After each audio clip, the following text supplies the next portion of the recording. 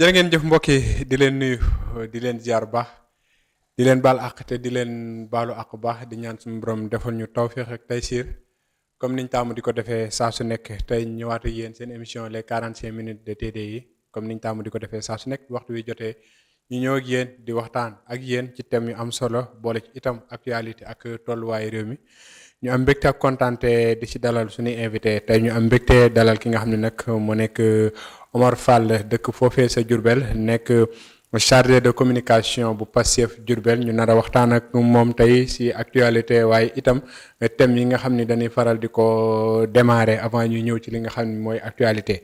comme niñ taamu di def dañ koy jox kàddu gi moom suñu invité mu nuyoo ak ñi nga xam ne ñoo ñu seetaan à travers TDI bu ko defee ñu daal di ñëw ziar ñan daal ziar rek daal leen di digtal thème bi nga xam ne tey moom la ñu war a waxtaanee bu ko defee rek ñu daal di door li nga xam ni mooy waxtaanee monsieur Fall Omar ñoo ngi lay nuyu di la jox sa wàccuwaay di rafetlu bu baax wuy si gi ñu wuy si di la bàyyi ak kàddu gi nga nuyoo ak ñi nga xam ne ñoo ñuy seetaan à travers TDI bu ko defee rek ñu daal di door li nga xam ni mooy waxtaanee bisimilah kàddu gaa yi noonu. jërëjëf Cheikh Bamba ñoo ngi rafetlu invitation bi di jaajëfal waa TDI tur bi nag vraiment tur bu ñu neex la Touba Diallo Ba. macha allah d'autant plus que ñun Diallo Ba mooy suñu xasida préféré. macha allah loolu tawféex la.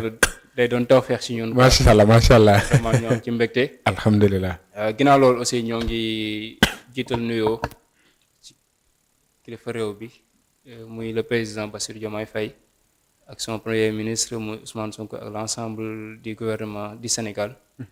di baral nuyoo gox bi nga xamante ni fa lañ bàyyeekoo muy njaareem di jaar yéemu di Bawol ñu jóge fa ànd ak mboolem Bawol yi di nuyu mbokk Pastef Diourbel yépp amul xàjj amul seen ñoo ngi nuyu góor comme jigéen di baral nuyoo nag ndaw ñi nga xamante ni boobu ba léegi ñu ne ñoom ñoo ànd combat bi leen di wax la GPS jeunesse patriotique du Sénégal te ndaw Diourbel yaakaar naa ràññeeku ci lool donc daal kàddu yi nuyoo la di am mbégte lool xam naa bu ñu gën a ñëw ci waxtaan bi incha allah dinañ gën a yaatal ci thématique bi. ok macha allah ci nuyoo bi présentation bu am solo boobu noonu ngeen jégañu kon xam naa dañuy dem directement comme niñ taamu di ko defee saa su nekk ñëw ak yéen ci thème bi nga xam ne tey moom la ñu war a waxtaanee muy la diplomatie de proximité en Afrique de l'Ouest loolu nag buñ leen ko mënee tënkal ci wolof mooy tukki yi nga xamante ne tey jii nii dañuy faral di gis ay kilifa di koy di amal moo xam premier ministre lay doon wala sax le président de la république di ay tukki nemmeeku yoo xam ne dañ koy def ci yenn xeeti réew yi nga xam ne dañoo sosolante ak ñoom wala ñi nga xam ne nag dañoo bokk ak ñoom lii di CEDEAO bu ngeen waxee Afrique de l'Ouest nag buñ ko déggee mooy réew yi nga xamante ne si nag dañoo féete ci Afrique de l'Ouest ñu mën cee lim ay dëkk yu bari bu si mel ni Burkina Faso Côte d'Ivoire Cap-Vert Gambie Ghana Guinée-Bissau Libéria Mali Mauritanie Nigéria ba ci Sénégal gi ñu nekk bokk na ci biir yoo xamante ne si nag ñoo bokk Afrique de l'Ouest bu yàggul dara ñu gis le premier ministre moom Ousmane Sonko doon ci def ab tukki nemmeeku jot a dem ñenn si ay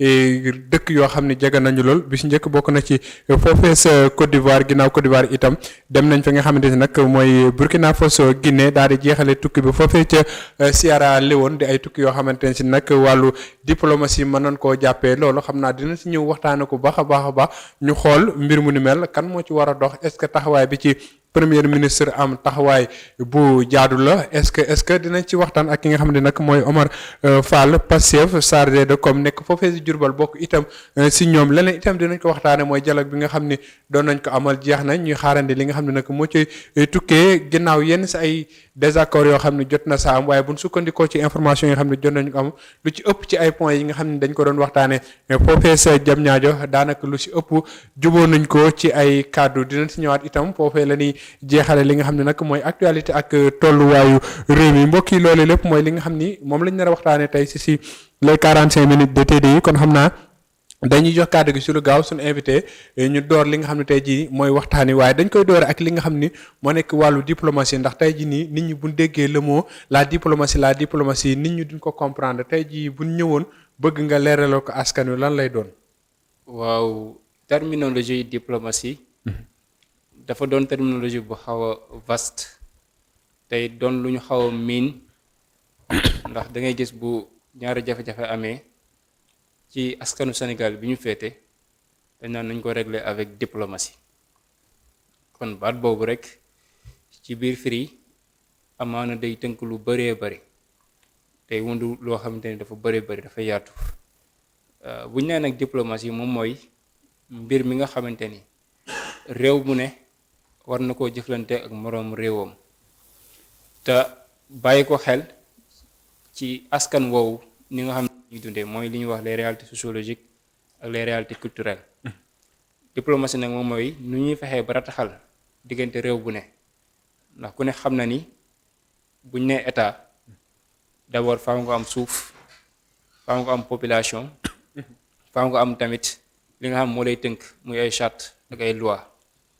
loolu nag pour mu am ba tax ñu naan état boobu nag bu constitué wu une fois mu constitué wu day jéem a moom boppam am indépendance am souveraineté am mais au-delà de ça dafay soxla ndimbal parce que humanité lañu wax te dès l'instant que ñu wax humanité maanaam li ñu bokk ñun ñëpp nit ñëpp loolu dafa nekk lu vaste dafa nekk loo xamante ni c'est le monde c'est l'universel moo tax mu doon des relations internationales maanaam relation yoo xamante ni day jéggi suñuy gox lu mel ni tey Sénégal am réew la lu mel ni tey Mauritanie am réew la lu mel ni France am réew la nu ñuy defee ba ku ci nekk sa réew lam moom beneen réew mu moom ko nga nangul ko aadaam ak cosaanam nangul ko leneen ak leneen li nga xamante ne am na ko tam bokk ci moom te ngeen mën a jëflante ba ku ci nekk daal di jariñ sa morom buñ la nag diplomatie mun nañu wax ni mooy loolu moom mooy nu ñuy fexee ba réew bu ci nekk mën di jëflante boo xamante ne dina jaar ci yoon te kenn du lor sa morom loolu moom mooy sens bi nga xamante ni mooy sens large de la diplomatie bu ñu nee nag beneen sens diplomatie bi moom mooy li nga xamante ni dafa aju tey bu ay jafe-jafe amee nu ñuy fexee ba mën koo saafara te du impacté te du indi yenn réeroo yi maanaam nu ñuy fexee ba saafara ko avec sagesse saafara ko sa arme moom du jóg saafara ko te gaañante moom du jóg ndax ku ne xam na ni àdduna ni mu sosoo ay guerre yàgg na fi ay conflit yàgg na fi instabilité yàgg na fi mais par la relation diplomatique mën nañoo fexe ba ay réew mën a déggoo à travers les corps diplomatiques les ambassades les consulats et cetera ñu mën a waxtaan ak seeni moroomu réew ba ku ci nekk mën a bàyyi dara ba ku ci nekk xam ni réewkat ay réew mën nañ koo pencoo ndax ñun ñëpp am na loo xamante ni moom moo ñu tënk mooy le droit international privé par exemple nga xamante ni ñun ñëpp askan yëpp ñi nga xam dañoo ratifié ci traités internationaux yi dañuy am sañ-sañu ak yelleefu doomu aadama yi ñu mën koy respecté te loolu bokk na ci bànqaas bu am solo ci wàllu diplomatie muy relation internationale muy droit international donc loolu daal ci tënk moom lañu mën a jàppee diplomatie. ok macha allah ci loolee la ñu ñëw directement ñu gis semaine yëpp passé le premier ministre a effectué des sorties à travers wala sax des tournées à travers yenn ay pays yi nga xam ne ñu bokk ci Afrique de l'Ouest bokk na ci Burkina Faso Côte d'Ivoire Sierra Leone ak Guinée lépp ngir jéem a tënkaat li nga xam ne tey jii nii mooy coopération bilatérale Sénégal fexe itam ba tënkaat ay relation ak yeneen réew yi nga xam ni dañoo sosaloo ak ñoom bokk itam ci Afrique de l'Ouest bi ñu gis mbir mu ni mel le premier ministre nekk di koy di démarcher est-ce que tey jii nii loolee cëram la woon ngir moom le premier ministre muy dem di doxin woo xamante ne si ni peut-être si njiitu réew lañ ko doon xaarandi loolu ban jàngat nga ciy def. D'abord li ñu war a bala maa dëkk ci loolu damay ñëwaat ci notion ministère de l'intégration africaine des affaires étrangères. Ok. Parce que ministère des affaires étrangères moo fa amoon et des Sénégalais de l'extérieur. Ok. Depuis l'accession à l'avènement du pouvoir de Bassirou Diomaye Faye dañoo woote li nga xamante ni moom mooy souveraineté. Ok. Afrique dafa am chance am une jeunesse décomplexée une jeunesse boo xamante ni ñoo accéder au pouvoir bu ñu nee jeunesse nag fii dañ fi jublu ñu ëppal sax 35 ans dem ba egg 45 ans ba 50. Parce que Sonko ci tranche d'âge boobu la nekk. Ok. mu doon une révolution nouvelle moom la ñuy wax la nouvelle gauche pratiquement ñu gis ko dans l'ensemble des pays africains pratiquement. Okay. Notamment en Afrique de l'Ouest ñu seetlu ni Afrique ni mu doon dundee day mel ni dafa amoon ñu nekk ci ginnaaw suñu ginnaaw di ñu dominer ñooñu ñu colonisé woon depuis longtemps que ce soit la France que ce soit l'Angleterre que ce soit les autres pays yi nga xamante ni dañuy wane seen hégémonie parce que bu ñu nee état bu ne rek day bëgg a wane puissance am kon ni ma ko waxee ci njëlbeen bi indépendance état ak hégémonie bi état di am hégémonie maanaam moom mooy doole bi nga xamante ni nguur war na ko mën a am ku ci nekk da ngay bëgg a wan sa moroom man maa la ëpp doole ngir mën a peser ku ne gis na ni nag depuis bi Sénégal nekkee Sénégal dëgg la am nañ indépendance depuis 1960 mais lu ëpp ci li ñu doon def daanaka day loxol France moo ci ëpp doole. bañ nañ ko ba les IDE yi nga xam dañ koy capter mooy les investissements directs étrangers ak les entreprises yi nga xamante ni moom lañ am. donc pratiquement li ci ëpp domaine français la.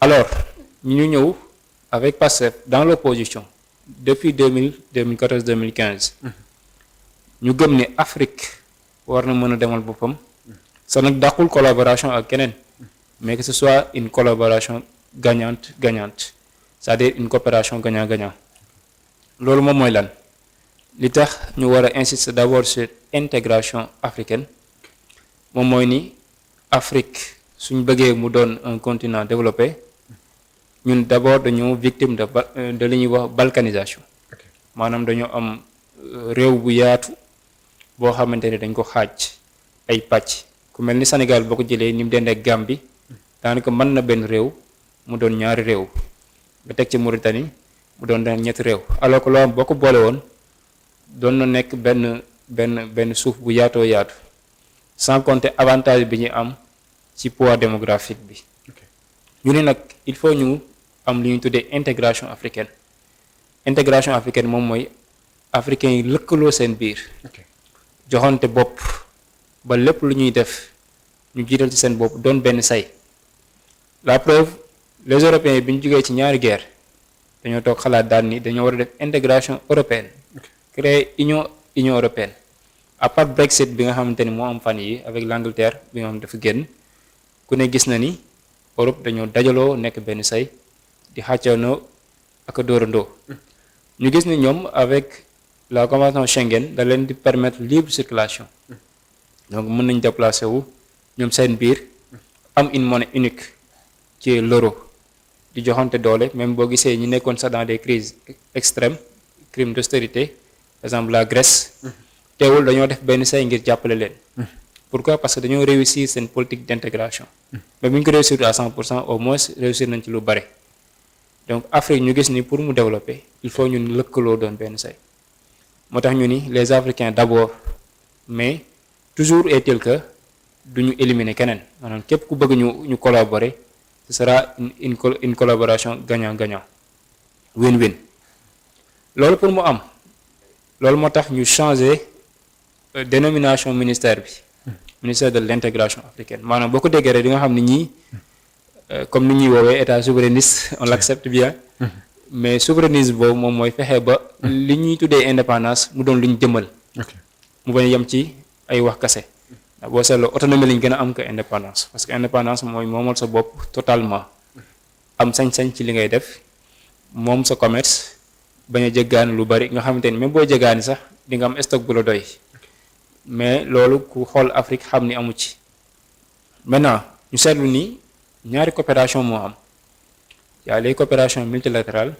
les coopérations bilatérales bu ñu nee la coopération multilatérale mooy coopération boo xamante ni ay réew yu bari ñoo ko seq coopération bilatérale mooy loo xam diggante ñaari réew la ñu seetlu ne en Afrique les coopérations bilatérales dafay poser problème bu baax a baax pourquoi parce que coopération bilatérale bi dafa faible par exemple boo jëlee commerce intra-zone mooy commerce ci biir zone bi dafa doon commerce boo xamante ni dafa faible boo xoolee maillon économique Afrique presque dafa doon des relations extraverties maanaam dafa tourner vers l'Europe lool ñu seetlu ni loolu pour mu mën a dakk Cheikh Anta Diop bind na ci fondement économique et culturel d'un État fédéral d'Afrique noire mu wax ni Afrique suñ boole woon suñ doole yi nga xamante ni am nañ ko avec le poids démographique par exemple Afrique de l'Ouest bi ñu nekk rek buñ boole woon suñ poids démographique le Sénégal à part ça fait 18 millions nga jël la Côte d'Ivoire bi nga xamante ni moo topp ci première économie bi boo ci mën a jël nga jël la Sierra Leone nga jël leen day mel ne ay entité la avec les barrières linguistiques ku ci nekk ci ñun am des barrières linguistiques ñi di làkk anglais ñi nekk ay pays lusophones ñi di làkk français donc ñu seetlu ne Afrique lu bari daf koy perte parce que amul coopération bilatérale bi mu soxla suñu uranium di Mali français yi ñoo ko jël di ko utiliser nga jël yeneen zones yi am cobalt tey moo ñu permettre suñu micro bi li ñuy wax mu mën a jàll. ok machine yi ñu yor portable mu mën a jàll. nga dem yeneen zone avec les minéraux tey le GTA la Mauritanie et le Sénégal. boo seetloo rek déjà di nga xam ni il y a un fossé bu nga xamante ni dafa amoon entre les Africains eux-mêmes. Pourquoi? Parce que la faiblesse de la coopération interne, la coopération intrazone était tellement faible maanaam dafa néew doole te loolu tant que moo ngi am état africain bu viable duñ ko am. boo xam dafay am doole nekk lu fort. moo tax ci suñu vision intégration africaine. le président Sonko comme ni mu ko doon waxee bi mu nekkee opposition. bi mu jotee nguur gi en tant que premier ministre. loolu amul benn interférence parce que c'est une visite d'État. D'abord le premier pas a été fait par le président Bassirou Diomaye Diakhar Faye. ndax li ñu xamoon mooy président de la République bu jotee ci nguur Abdoulaye Wade il l'a fait Senghor il l'a fait Abdou Diouf et le dernier Macky Sall il l'a fait bi ñu paree dañu dem France dès l'instant que rek ñu fal leen dañu dem France lijjanti ci des coopérations avec nous c'est tout à fait le contraire. Qu'est-ce qu'on a fait moo tax ñu wax la diplomatie de proximité. voilà loolu sax moo jox sens. doon ngañ tubaab bi ak di leen xas wax dëgg yàlla mënoo di dëkk di ma xas ba pare xëy bëgg ñëw si man ne danga may laaj ndimbal loolu moom daanaka explication moom joxe na boppam ba pare ci côté googu. oui mais ngaañuwuñ tubaab bi dañoo wax ni il faut redéfinir les rôles. ngaañuwuñ tubaab bi parce que redéfinition boobu noonu avant ñuy ñëwaat ci question bi tey le fait que est-ce que le premier ministre a le droit de faire des tournées au niveau des pays après dinañ si ñëwaat mais sànq yaa ngi ko doon wax sa bureau parce que ni régime bi bees bi mu ñëwee dañoo jàpp que ni dañoo war a def Afrique d'abord ba tax ministre bi nga xam ni moo yoroon wàllu affaires étrangères dañ see yokk intégration africaine jox ko moom soxna Yacine Fall mu nekk di doxal mais daanaka bu dee am ngeen ab taxaw seetlu wala am nañ ab taxaw seetlu par rapport à la situation boo xoolee diggante bi am na loo xam ne jot na fee xew ci ay élections ñaar bu ñett jot na see jàll yu si mujj bokk na si bi nga xam ni waa Kaffrine ak beneen bi mujj rek récemment Côte d'Ivoire la doon xëy ak ki nga xam ni moo yor Banque africaine de développement te ñu benn naataango Sénégal bokkoon si yàlla dogal gañewut est-ce que tey jii nii rôle bi nga xam ni soxna si mi ngi koy jouer ci wàllu intégration africaine war nañ see est-ce que am ngeen ci satisfaction totale que ni li ngeen bëgg a prôner dina doon loo xam ni dina mën a jural njariñ Sénégal. Il faut réitérer que l'Afrique aux Africains d'abord. Ok. Comme disent les Américains, America first. Africa first. Ok. Je m'explique. Ok. Bu ñu nee Africa first wala le Sénégal d'abord. Ok. ba duñ kenn. Coopération day continuer. Ok. Au niveau de la BAD, il y a ce qu'on appelle des réseaux à l'intérieur. L'élection, ce n'est pas seulement une question diplomatique. Ok. Il y a beaucoup d'autres aspects yi nga xam da ci am. Dès l'instant que Amadou Hott bi nga xamante ni ñu ngi koy encourager pleinement. ci ambition yi nga xamante ni am na ko il a le profil. L'État du Sénégal l'a soutenu. Entièrement sans réserve. Ok. Donc loolu du question loolu jotewut ak dara ak diplomatie. Ok. Du échec diplomatique. Au contraire. Diplomatie mën na cee dugg parce que tey jii nii bu ñu joxee exemple yow nga am sa kër supposons léegi yow mi dëkk ci kër gi à chaque fois nga naan man de samay doom baaxuñu su ma leen jàngaloo duñ jàng fu ñu dem dañuy redoubler ñu xëy un bon jour ñu ni concours am na biir Diourbel comme par exemple ñu jël fenn ci Diourbel koñ bu fa gën a siiw fu ngeen di daje. Oui, je vais prendre Kër Cheikh. Kër Cheikh exemple ñu ni Kër Cheikh kat am na concours boo xamante ne ci ni dañ fay xool ku dàq jàng alxuraan yow après waa koñ bi nga dëkkal à chaque fois ñu ngi doon dégg nga naan man de sama doom yi su ma leen jànguloo duñ jàng xamuñu dara fu ñu dem ñoo fay dagg ndaare jànguñu nga xëy ñu woote foofu kër Cheikh tarmi alxuraan nga woo waa koñ bi ni leen damaa bëgg ngeen jàppale sama waa kër sama doom ndax dafa war a dem tari ji alxuraan est-ce que xel rek maanaam nangu na loolu nga doon gis ñi koo xam ne da doon ŋàññi ay doomam naan xamuñu dara mënuñu dara ba pare bëgg a ñëw ci mbooloo mi ni leen kaa leen ngeen jàppale sama doom est-ce que mbooloo mi dinañ dem di la jàppale. D'abord il faut comparer les choses comparables foofu li ñu ci leeral mooy Amadou Hott il a un profil. ok le président Sonko musul am na taxaw tamit aussi lu mu géré woon ci Sénégal. waaw am na aussi tamit lu ngeen waxoon si li ñu géré woon li ngeen ci taxawaay bi ci waa Pastef amoon. mu lay leeral. ok Amadou Hott c'est un profil. ok Sénégal la dëkk taxawaay bi Pastef am c'est clair. y compris ñun ñi nekk Pastef. ok moom mooy lan képp koo xamante ni dénk na la ndombal tànk lépp luñ la ci jiiñ te ñu war ko leeral yoon dina ci topp ba mu leer. nekkal Pastef nekkal sax président Pastef loolu suñu engagement la boo xamante ne ba fi may wax yow nii dañ ko respecté. ok donc analyse boobu nga def d'abord dama koy éclaircir ni comparaison bi n'est pas comparable. waaw loolu moom wér la waaye dafa laa jox maanaam exemple typique pour mu gën a. mais je comprends li ngay wax seetaan. je comprends li ngay wax mais bëgguma nga dugal ñu ci confusion bu. ok moo tax waaw. moom mooy ni soo waxee loolu c'est comme si dañoo wax ni benn Sénégalais baaxul. c'est comme si ñun waa Pastef dañuy wax ni ñun ku dul ñun rek mënoo baax te waxuñu loolu. dañu wax ni dans le gouvernement du Sénégal. ok dirigé par Macky Sall. ok ancien président de la République. boo na ci li muy def loo xamante ni. jubul jaarul yoon. ok xaajul ba jaar yoon. waaw. te ñenn ñi ko yor jaarale wuñ ko ci yoon. kon nag jëluñu ñëpp ni dañoo nekk ci benn saak.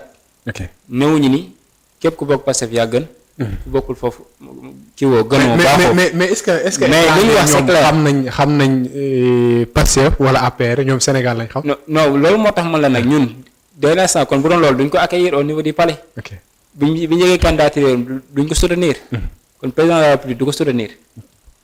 kon ça va au-delà des clivages partisans. ok loolu ñëpp ko war a comprendre parce que la preuve moom mooy Amadou Hott depuis bi mu nekkee BAT candidaté. dès l'instant que sa candidature mu présenté ko. le premier ministre de ko recevoir. le président de la République de ko recevoir. wax ñëpp ñu jàppale ko. donc alors li ma la wax moo ci am. donc élection BAT ça va au-delà des contraintes diplomatiques. dafa weesu loolu. donc am na yu bari yu ci am yoo xamante ni. donc c'est au niveau donc y a des aspects internationaux. ok si xalaat lan nga jàpp ni moo tax Amadou Hott ñàkk loole. non si xalaat. sa jàngat yow boobu saa ñu laal Pastef saa ñu laal kenn. non si xalaat. ok c'est très simple. Ould-Tah il est dans un réseau puissant. ok ku ne xam na loolu. donc depuis lors Amadou Hott xam nañ ni am na un bon profil. ok mais y a des enjeux internes. y a des aspects yoo xamante ni au niveau international. et au niveau financier. par rapport au programme baax na kii aussi programme baax na mais appréciation la. ok donc ñoom ñuy apprécier par rapport ak li ñu bëgg politique de développement bi ñu bëgg pour l'Afrique donc en tant que structure autonome Sénégal mënul influencer c'est une structure autonome. ok donc ñoom ñoo am seen indépendance su xool par rapport ak profil yi leen présenté gis nañ ni Ould-Tah profil bi ñu ko présenté profil bu baax la Amadou Ba profil bu baax Amadou Hott kii la profil bu baax la ñoom ñu jugé nécessaire ni kii kat au moins jiite woon na ay institutions au niveau de l'Afrique. ñu gis ni kii mën na ko remplir pleinement. ok de la même manière que ki ko perdre aussi mënoon na ko remplir pleinement. ok il n'a pas démérité am na mérite bi am na profil nangul nañ ko loolu. ok est-ce que mais gisoon comprendre ni diplomatiquement Sénégal dafa xaw am benn recul parce que tey jii nii amoon na ay jamono le Sénégalais lu mu ci mënoon a doon ku mu ci demal compétition da ngay bàyyi sa loxo te xam ne Sénégal day gañ à l'instant T gisoo ko ne am na benn recul boo xam ne Sénégal def na ko. est-ce que mën nga ma jox ay cas yoo xam ne Sénégal day dem rek compétition rek gagné ko non c'est pas ça. c'est pas ça la réalité des compétitions. ok une compétition foo ko mës a gis moom mooy loo xamante ne ñaar ñoo koy xëccoo. wala ñett. ok xëccoo boobu ñu koy xëccoo nag ku ne mën na ko gagné. lenn mën naa ko nangu. mooy ni le Sénégal toujours dañu am une réputation. bu ñu jaawalee réputation ak acception bi nit ki di am wala acceptation bi nit ki di am par rapport à un poste par rapport à une compétition. Sénégal day dem ci compétition diplomatique di ko gagner comme di ko perdre mais base du compétition diplomatique seulement aspect financier moo ci ëpp. ok Ça va au-delà des aspects diplomatiques weesu na aspect diplomatique donc du point de vue diplomatique Sénégal recul amu ci avancement moo ci am maintenant li ñu war a analyser moom mooy puisque diplomatie vision la c'est une question de vision. ok C'est une question de choix donc soit ñu ni dañu bëgg kon ne di jébbalu comme ni ñu doon def ok ñun on a choisi une option contraire. ok Une option africaine d'abord. Toujours est-il que Europe li ñu amoon ak ñoom comme relation mu ngi continuer. ok Chine naka noonu tey les Français wala les Américains tey. Ok. am nañ une option diplomatique bu différente actuellement avec Trump. Ouais. Parce que c'est un souverainiste.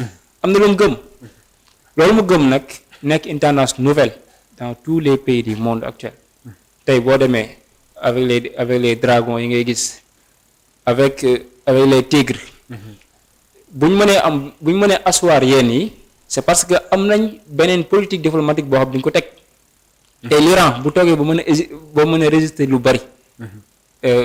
parce que dafa bëgg a def benn nucléaire am le monde international taxaw contre ça est-ce que kon moom dafa waroon a suivre rek li nga xamante ni le monde occidental moo ngi koy imposer non. dafa choisir benn politique diplomatique. Erdogan tey boo demee dafa choisir benn politique diplomatique bi nga xamante ni moom la jàpp ni réewam moom la war a doxee. L'Afrique indépendante l'Afrique nouvelle ne doit pas vivre de la même manière. tey li ñuy woote moom mooy lan. ñoo ngi dem ci ZLECAf. zone de libre échange continentale africaine. ok loolu pour ñu def ko il faut qu'on ait une unité. ni ma la waxee sànq ni ko Cheikh Anta Diop waxee woon en 1956. da ngay gis ni bu ñu amoon unité africaine bi nga xamante ni moom la ñuy xeex.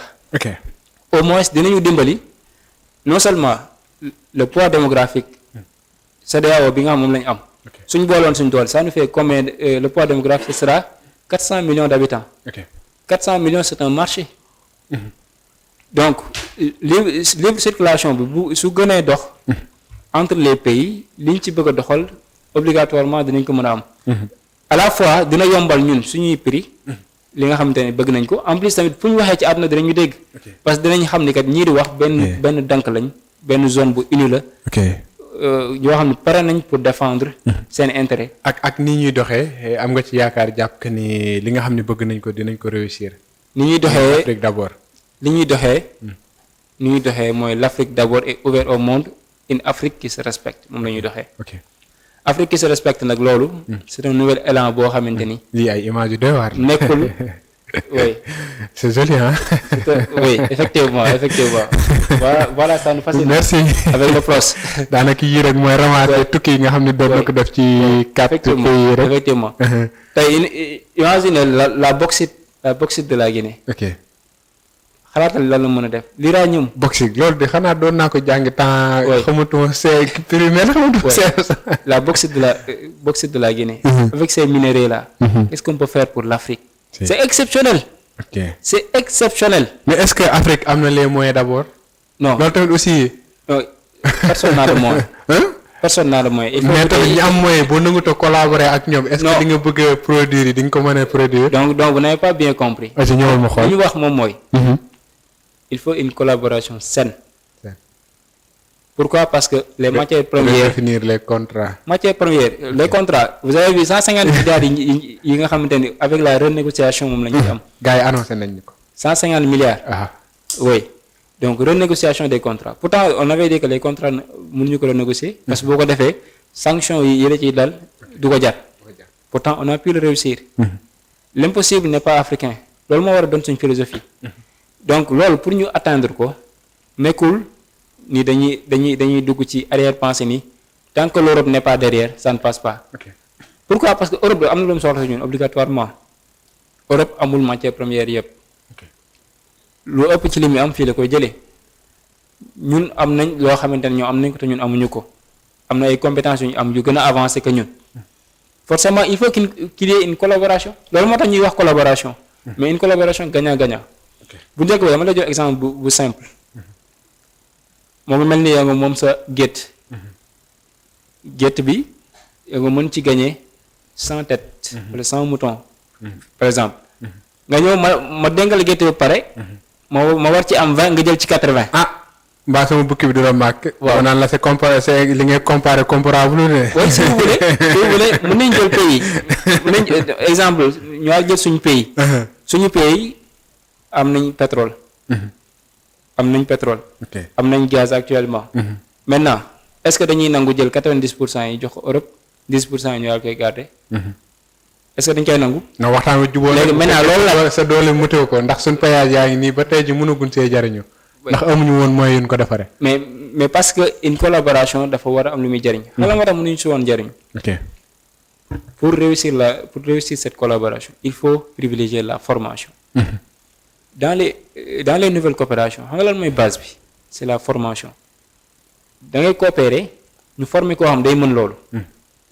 ñaata ingénieur génie civil ñoo génne ESP ñoo xamante ni s'ils sont mieux formés mieux dotés par exemple de moyens ñooñu yu bari dinañ ko mën a travailler. loolu problème insertion la moom régime bu dikk am nga ci suq ak joor. c'est pas seulement une problématique liée à l'insertion seulement. ok waxuma sax côté insertion mais côté compétence dans les collaborations. compétence ok. par exemple je donne un exemple très simple la Chine. en matière de technologie dañoo jël une génération yóbbu leen dans les grandes universités américaines. def une collaboration avec les Américains. pour au moins ñu def ce qu'on appelle le transfert technologique. transfert technologique boobu pour ñu réussir ko qu'est-ce qu'il fallait faire il fallait def une coopération bi permettre ñoom li ñu xam. ba mën a defar portable. doomu Chine yi mën koo xam. loolu moo waral tey ñoom ñu mën a imposer wu tey dans le marché. tey loolu boo amul woon jamais duñu imposer wu. kon lan mooy am dañuy ñëw ñu collaborer ñu jaay leen seen matériel bu jeexee ñu dem jëndiwaat. pour loolu ñu éviter ko au Sénégal il faut ñu am un transfert de compétences. technologie bi nga la jox sànq c'est un exemple de transfert technologique. tey su ma la xamalee supposons ma jël Cheikh Mbacké vous êtes bien dans le journalisme mais on peut pas faire ñu def une coopération. waruma yam ci rek da nga gagné lii ma gagné lii. dama war a fexe ba kooku li mu mën ñu jéem a mettre kooku dans des dispositions. ba keneen ki mën loolu. est-ce que yaa ngi comprendre. si waaw donc loolu moom mooy charme coopération. donc malheureusement dans nos coopérations généralement. da doon accès directement sur les marchés. sans prendre en compte les compétences. léegi maintenant ñun li ñu bëgg mooy coopération bu dee am entre état ak un autre état. état boobu gagné li mu war a gagné.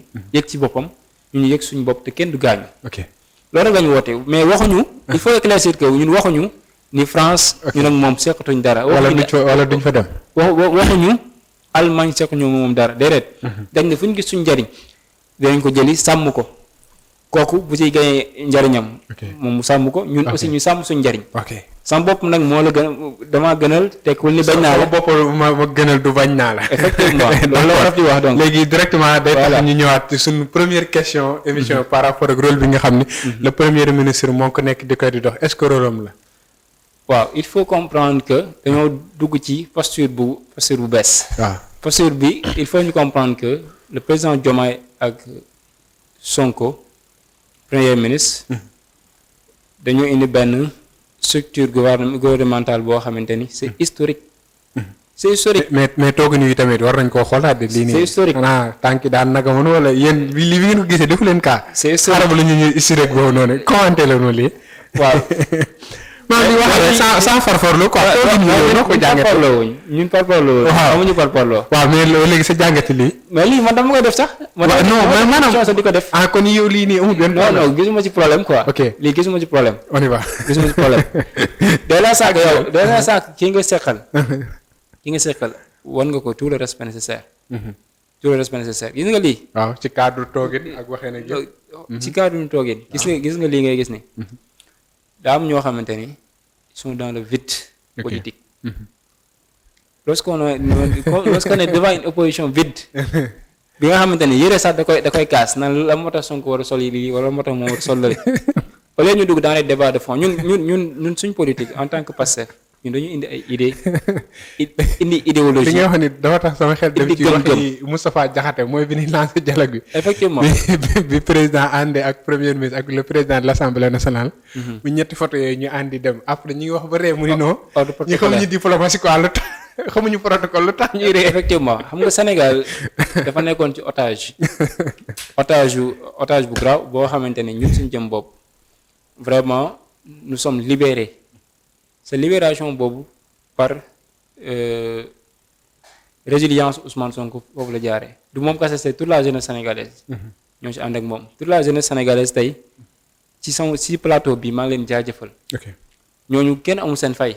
ñooñu tey ku fi nekk ba toog fi nga toog c'est grâce à eux man ñooñu moo tax tey vraiment li ma gëm moom mooy. ku xool rek ñi nekk ci biir bàmmeel te nekkoon di xeex. ku xool ñi nga xamante ni ba nii tey dootuñ mënal seen bopp dara ndax dañu blessé. à cause des manifestations politiques. ku xool ñooñu tey fonction boo mën a yor ci àdduna fonction boo mën a yor. dina la rappeler le sens du devoir le sens de la responsabilité. ak le sens de la reconnaissance. sa loolu gëm naa ni Pastef les patriotes maa ngi tudd Pastef mais parce que dañu dugg ci domaine boobu. ndax li nga laal sama président Pastef. maa ngi reetaan lii sax donc loolu moom moo tax. loolu moo tax technicien dañoo bëgg image bi quoi moom laay xoolaat rek. effectivement moo tax ma tudd Pastef. daa mel ni accords yi ñuy intéressé ne leen. mu tegal la ko. oui les accords là donc c'est hyper intéressant parce que accords yi li tax ñu war ci mën bàyyi xel. moom mooy li ma la wax tey exemple. tey jox naa la le cacao. premier producteur de cacao du monde kan la. la Côte d'Ivoire. donc Côte d'Ivoire dafa nekk dans une zone stratégique non seulement avec son port bi nga xam day attiré tey ñu dugg ci situation bu complexe avec les pays de l'AES. le Mali le Niger le Burkina. yooyu ñooy grenier yi dimbale le port autonome de Dakar. donc port autonome de Dakar tey mënul vivre ba pare bëgg fi bàyyi Mali. bëgg fi bàyyi ñi nga xamante ni ñoom ñooy principaux collaborateurs am donc ce sera un échec. donc pour port de Dakar mën a dund. il faut que Afrique. bañ a nekk CEDEAO bi nga xamante ni bu ñu jëlee Afrique de l'Ouest rek. CEDEAO bi nga xam moom lañu yor bañ a nekk benn CEDEAO boo xamante ni. CEDEAO des présidents la. mais dafa war a doon CEDEAO des peuples. sa loolu pour mu nekk. il faut que. ñu xool lan mooy problème yi d'abord. bu ñu gis ni kii état militaire la kii état démocratique parce que y a des démocraties yi nga xamante ni. dañuy def lu jaarul yoon te CEDEAO da ciy noppi. donc loolu dafay créer ay problèmes ay clivages. pour éviter tout ça le Sénégal a la responsabilité. pourquoi responsabilité yooyu légitimité bi li ñu ko may xam nga lan la mooy président Diomaye dafa falun boo nga xamante ni yaakaaruñ ko woon. parce que.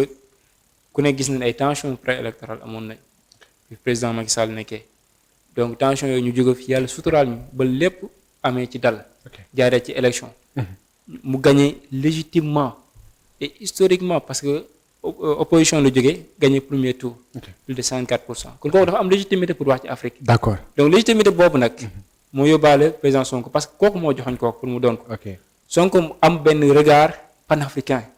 nekk une référence pour toute la jeunesse africaine. pour tous les pouvoirs africains. mu doon benn icône bi nga xamante ne Afrique da ciy félicité wu. alors. kon loolu moo tax mu war a mën a promouvoir ay relations bilatérales ay intégration régionale. oui tournée bi c'est une tournée régionale. bi nga xamante ni Burkina Côte d'Ivoire Sierra Leone. Guinée-Bissau ak Guinée. ñooñu yëpp ay pays frères lañ. ñooñu balkanisation moo fi jaar. mais lu ci ëpp ci ay suñuy culture ñoo ko nuroo. lu ci ëpp ci suñuy aada ñoo ko nuroo. tey Afrique bi ñu bëgg suñu bëggee mu génn ci ndóol bu metti bi ñu nekk. nañ gëm ne mënuñoo dem tout seul. c'est pas possible. parce que 18 millions d'habitants 15 millions d'habitants. voilà. loolu c'est une complexité. kon le premier ministre moo war a dem wuti ji ay partenaires. non le premier ministre rôle am lay jouer. xam nga lan mooy rôle am. en tant que chef du gouvernement. moom muy exercer politique bi nga xamante ne moom le président de la République définir à travers l'agenda 2050. mais dañu wax ni le tandem on a un tandem. on a une li jaaxal gars yi moom mooy forme structure politique bi am. D'abord, parce que c'est pas pour rien le président wax que ni je veux un premier ministre super fort donc ça montre déjà que ne supériorité bi mi ngi commencé ñëw donte xaaruñu sax yi nga xam ne bëggoon nañ ko ci dialogue bi la fekk ñu yokkal le premier ministre ay pouvoir ba xam ni bu demee di doxi diplomatiquement nit ñi duñ ci mën a wax dara. ne diplomatie xam nga ñan ñoo ciy wax. mooy li ma la wax sànq rek c'est l'opposition de salon qui est en train de parler. Madame, l'opposition de salon bi mooy wax mais l'Afrique se félicite. pratiquement de Sonko parce que c'est une bénédiction pour Afrique sa loolu nekkul lu ñuy wax nii rek non nekkul lu ñuy wax di tax loolu dafa bëri ay firnde moom mooy ki nga xamante ne moo njëkk a taxaw défendre ni Afrique war nañu mën a amal suñu bopp war nañu mën a doon benn say mais man xamul ma jaaxal ñu respecté ñu xamul ma jaaxal oui sànq yaa ngi koy wax ci biir wax le fekk ngeen ni comme président wala diplomatie maanaam opposition de salon yi ñoom ñoo koy nekk di wax d'accord quoi loolu yaa ko wax un problème mais tamit aussi yaa ngi wax tout à l'heure que ne nit ñi dañoo war a xam ne dafa am lu bees ab tandem maanaam Sonko Diomaye am na si loo xam ne ñoom ñoo ko war a liggéey peut-être nit ñëw ci réew mi moo tax xam nga amul problème yéen nangu ngeen ko léegi pourquoi mënoo leen a yéen d'accord yéen li ne ci yéen ngeen d'accord lu ngeen gëm la ku ko gëm xayrun ku ko gëmul xayrun mais bu leen ko ci critique mais yéen li ngeen gëm loolu mooy nar a baax li keneen gëm ngeen du ci wax parce que ku ni diplomatie Sénégal dafa am recul ngeen ni déedéet du ci daal. non xam nga bu ko waxantee ñu xool image yi xool peut-être. xam nga yow recul bi yow mi koy wax sax mënoo ci teg fenn xam nga la moo tax ma wax la loolu. ok xam nga dama la wax ni la. non recul dana parce que bu ñu demee ba Sénégal di compétir Côte d'Ivoire bàyyi ko fa di dem di jàppale keneen y a problème. non y a pas de problème. ok y a pas de problème je vais t'expliquer. ok bismillah. d'abord y a une nuance bu ñu war a leeral. na leer moom mooy ni képp nit ku nekk li nga gëm. di ko défendre ñun nangul nan la ko. ok parce que loolu.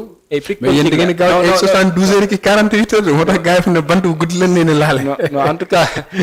en tout cas ñun journaliste yi ñun on s'en fout ñun ñu war a dañ koy waxtaanee. en tout cas c'est légitime. c'est légitime parce que on est en politique. ok c'est un terrain glissant. ku ci jekk sa morom aussi li nga mën def ngay def. donc en politique la. dara duñ ko maye tout s'arrache. ok maintenant li am moom mooy lan. li ma la wax sànq moom lay renouveler. nekk opposition de salon. teewul yow ngay wax say wax. dan la koy nangul. am nañ sañ-sañ wax ko. mais man li may wax nii dama ko mën a argumenter man dama ko mën a justifier. moom kay yéen a ngi justifier. léegi macha allah waaw li may wax dama ko mën a justifier ñoom bu ñu mënee justifier seeni wax. ok c'est le problème. mais ñun suñ jëm bopp li ñuy wax. ok dinañ ko leeral Sénégal askan bi ñuy déglu. ba mu leer seen bopp yi bañ xam ni. diplomatie Sénégal. amul benn jafe-jafe. en général. dañ ko bëgg a xoolaat mun na am jafe-jafe de. mun na ko am de parce que aduna lépp lu am jafe-jafe moom la ñuy saafara. ok loolu moo tax ñu indi solution. macha allah loolu moo tax ñun suñ jëm bopp. xam nga aduna nit lu parfait moo amul. lu parfait tout est perfectible. macha allah mun na am ay jafe-jafe mais boo amee it. xamal ni ñun suñu suba ak suñuy ngoon. suñu waxtu yëpp dañ koy def ngir Sénégal mën a am beneen xarkanam bu bees. xarkanam boobu nag moo war a doon xarkanamu un Sénégal buy wane exemple ci Afrique. un Sénégal bu ñu respecté. une Afrique unie ñun suñuy xeex moom mooy. Afrique nag dafa rafet de vraiment. oui il voit des belles images là. Afrique bi ñu soxla lii la. Afrique bi ñu soxla mooy une Afrique unie. Afrique bi unie nag xam nañ ni nekkul loo xam dafa yomb. ok y a beaucoup de barrières. macha allah jërëjëf waxtaan wi am na solo lool liñ ma wax ni moo des si temps bi sax man fi mu ne damaa def problème te am na lu bëri. ah temps bi ndaw na moom kay ndaw na lool wax dëgg yàlla mais waxtaan wi am solo macha allah ndax wax dëgg yàlla réponse yi am na solo lool macha allah te it taxaw na te it dañ koy bëgg saa su nekk kii ñëw di wax li muy wax mu nekk loo xam ne au moins am na ci benn background boo xam ne ki koy seetaan aussi dina am lu ñu ci mën a jànge macha allah aussi di la ci remercier encore une fois au passage presque mën nañ 1 minute moo si des waaye bu xam naa da nga ma mayaat yeneen 10 minutes yoo xam ne force ma laal 5 minutes Diourbel laal tamit xam naa actualité yi moom dinañ ñu ko jéem a xool lu ñu ko jéggale rek parce que wax dëgg yàlla waxtu yu xoj nañu xoj goo xam ni xamuñu woon sax que ni toll na fii ndax macha allah solo si débat bi ak quintessence bi moo tax ba bi ne ma 45 minutes jot na dama ni loolu mën a nekk mais macha allah day wane solo li nga xam ni mooy débat bi te aussi dañ koy bëgg saa su nekk muy nekk loo xam ni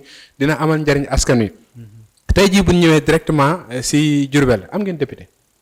Diourbel bu nekk côté googu noonu. am na ñaari député. ah nous avons honorable Aliou Sène ak honorable Koumba Ndiaye. ok donc chaque département day am député. d'accord léegi yéen rôle bi nga xam ni moo tax askan wa fa faree tabb leen ñoo ngi koy matale si à travers ñaxtu yéen leen ñaxtul assemblée wala ay questions écrites wala dara lan ngeen ñu mën a jox loo xamante ne tey jii nii gis ngeen ko ñi ngeen fa fal ñu nekk ay député gox boobu ñoom ñoo ko dox. loolu nag question boobu du ma mën a placer wu bu baax pour répondre que li tax moom mooy. ok man du ma député. ok donc ñoom ñooy député biñ ko doonee ba léegi tamit ça fait 6 mois. ok 6 mois.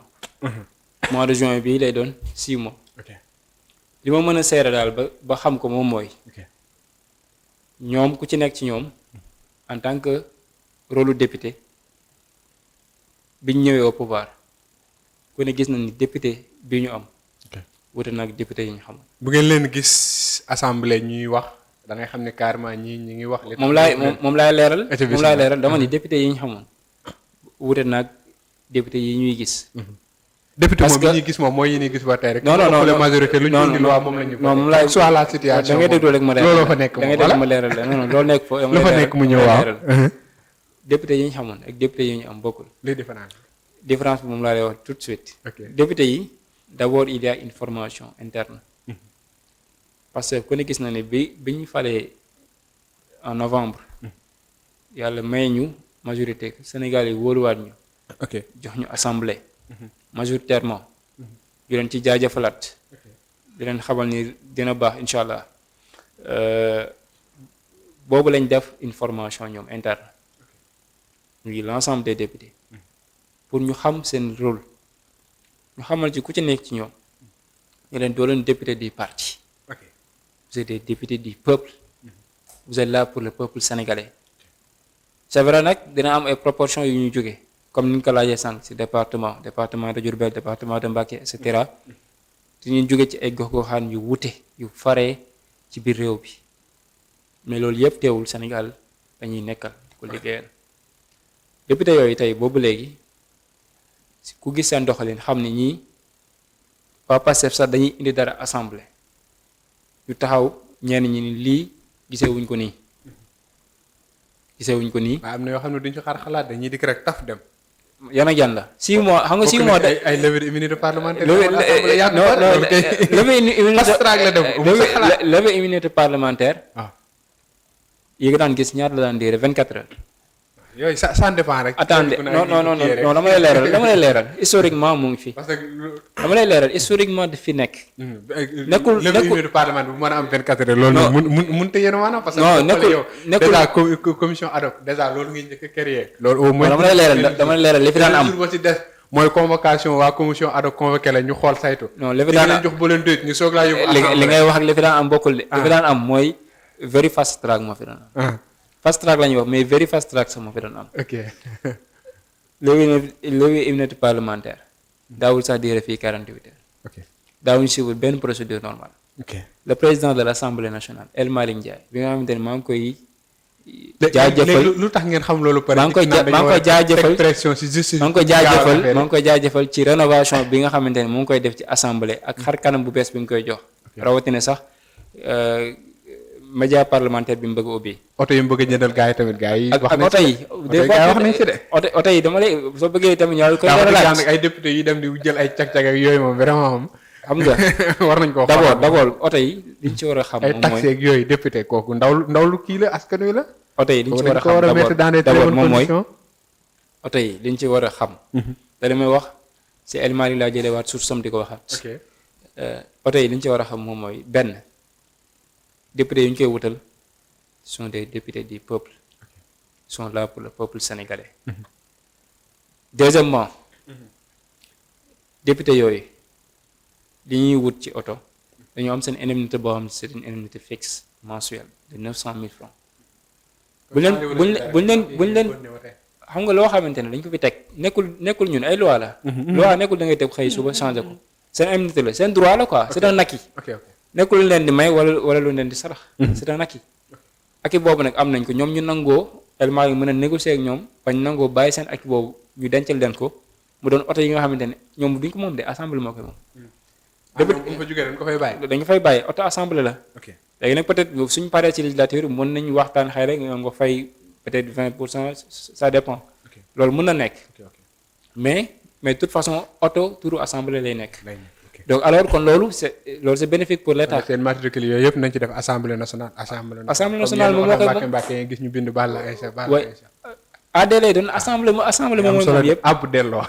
assemblée moom mooy moom loolu yëpp. ok d'accord donc assemblée nationale bu demee ba nga xamante ni député ñoo tegal seen bopp te seen alal mooy nekkat auto assemblée. auto institution donc kon député yi bu ñu fa jógoon tamit dañ fi bàyyoo tey kon député yi ñu ngi jouer seen rôle tey honorable Coumba Ndiaye gis nañ ko mu jël ñaari parole ci hémicycle bi wax défendre li nga xamante ni moom mooy problème yi nga xam Diourbel am na ko ci ñàkk ndox. macha allah ci ñàkk ay tali. ñàkk ndox moom côté bool googu moom dafa bëri. donc moo ngi noonu accès bi ci wàllu transport ku ne gis na ni ku ne gis na ni dafa am problème rawatina nag la Sonacos bi nga xamante ne vraiment je lance ici un appel. nii rek am na ay jeunes yu nekk Sonacos signé woon un contrat mu war a jeex au mois de juillet ñu bëgg ko dagg nii au 15 juin. Sonacos moo ngi dox na. donc maintenant loolu ñu ngi ciy interpellé directement le DG. di leen wax ni ay jeunes lañ yu taxaw di liggéey seen àq ak seen yelleef nañ ko jéem a sàmm lépp lu ñu signé woon ci contrat bi ñu jéem ko respecté. donc Diourbel dafa war a nekk une ville nouvelle. man li ma bëgg di ko xeex mooy ñu am jaar yéemu. un vrai jaar yéemu nag pour ñu am ko il faut ñu booloo doon benn. j'appelle à l'unité tous les Diourbellois les acteurs de développement gis nañ initiative bi nga xamante ni les acteurs de développement def nañ ko keroog à Diourbel.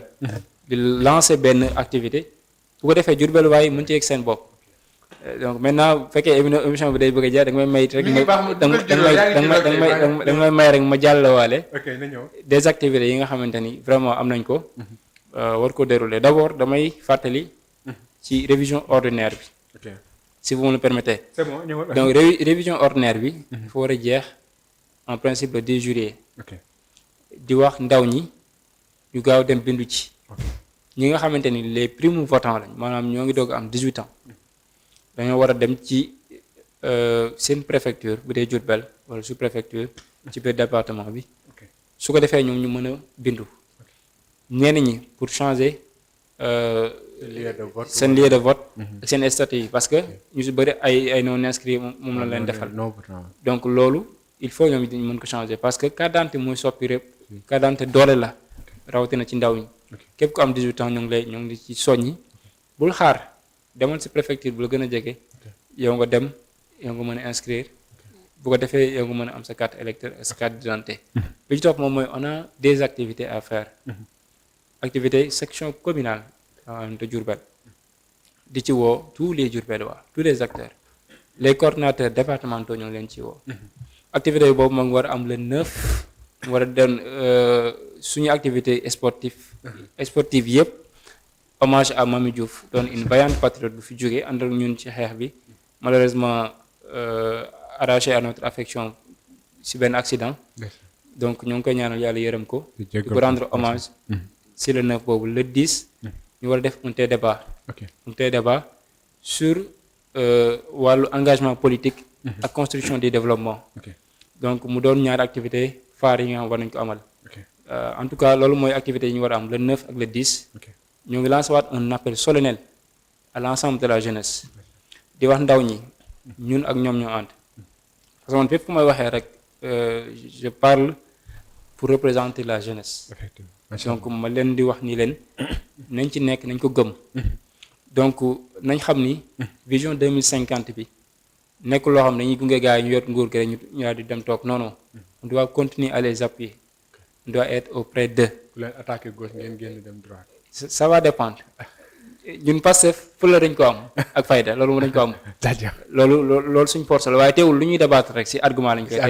ci xam-xam ndax xam-xam lañ gëm. macha allah xam-xam lañ gëm ay yar lañ gëm ay teggin lañ gëm. macha allah vraiment di jaajëfal sama mbokk bool yépp di leen ma leen di rappeler ni leen nag nañu travailler dans l'unité.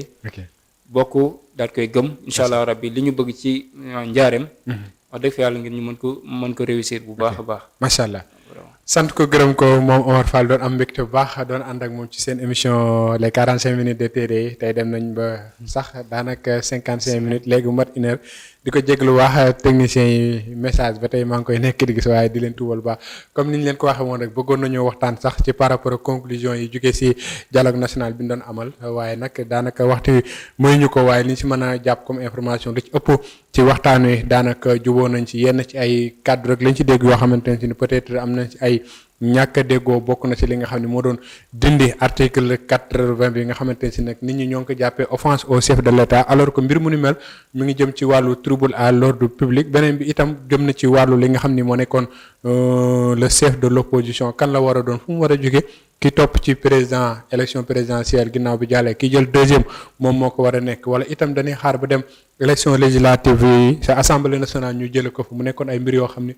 bokk na fi ñaar ci ay poñ yoo xam ni yëg nañ ko ni d'accorduñ ci waaye itam lu ci ëpp d'accord nañ xam naa du ñàkk ginnaaw bu ñu jébalee rapport et conclusions yi le gouvernement comme ni mu ko waxee woon dina ñëw ni lépp lu ngeen xam ne waxtaanee ngeen ko ba d'accord si rek incha allah rabbi ñoom dinañ ko daal di appliquer kon xam naa dañuy xaarandi rek son excellence mu ñëw si loolu Omar Fall ñu bàyyi la nga tàggatoo rek ndax daanaka waxtu bi jeex na. waaw jërëjëf Cheikh Bamba jërëjëf waa Touba Dialibate International vraiment comme ni ma ko waxee woon ci njëlbeen bi rek. déjà man gën naa am mbégte ci maanaam turu télé bi déjà. télé Dialibate International. waaw vraiment déjà rek loolu dafa sedd sama xol. jërëjëf macha allah. parce que man ak Dialibate moom c'était une longue relation bu yàgg la macha allah. donc moo tax daanaka dama ci am mbégte. alhamdulilah. di nag ñaanal ci tabaski bi. suñu vraiment suñu père de famille yi mère de famille yi yàlla yombal leen. tamit ba liñ bëgg ci julli gi ku ci nekk rek liñ ci yéene. suñu borom dal ko jàppandal du jàllale un message fort à l'ensemble de la jeunesse di leen xamal ni la réew mi man gëm naa à 100% ni dina baax lool sax waaye nag su dee baax ñun ñëpp ñoo ko war a bokk tabax di leen woo ni leen tabax Sénégal jot na te plateforme boobu lancé nañ ko tabax suñu réew donc di ci woo ñëpp di lancer un appel à tous les acteurs lancer kay moom seen yëf la moom macha allah lancer un appel à tous les acteurs diourbellois di leen wax ni leen Diourbel ñoo ko bokk donc nañ ko bokk tabax vraiment jeunesse bi ñu gën a conscient ci li ñuy xaar xam ni Sénégal de demain on ne peut pas le faire sans Diourbel donc Diourbel toute la région ñu leen di woo bu baax a baax di sàkku nag ci autorités yi nañ ñuy gestu rawatina nag suñu industrie yi foofu vraiment amuñu ña fa nekk daanaka à part commerce. amuñu beneen activité boo xam ne mën nañu ko def. wàllu tali yi am na ay problème wàllu ndox bi vraiment kii wuñ ci jote wuñ ci. bëri na ay problème yoo xamante ni njaareem amaana war nañ ko mën a soppi wala assainissement. daanaka tali bi jógee Kër Cheikh war a dem Kër gu mag. chaque année ça pose un problème. pourquoi parce que dafay taa. donc ñoo ngi ñaan ñu def ci ay réflexion ci wàllu aménagement wala assainissement. ak yooyu yëpp. vraiment ñu ngi ciy woo képp kuy autorité. nga taxawal ci waa Njaareem. jërëjëf sant ko gërëm ko moom Omar Fall sant itam moom monsieur Badiane mi jàpp ci coordination bi Cheikh Mbacke Seye sant itam bu baax techniciens yi nga xam ni ñoo jàpp ci liggéey ba lépp yemb di leen jox dig daje ëllëg incha allah jërë ngeen jëf.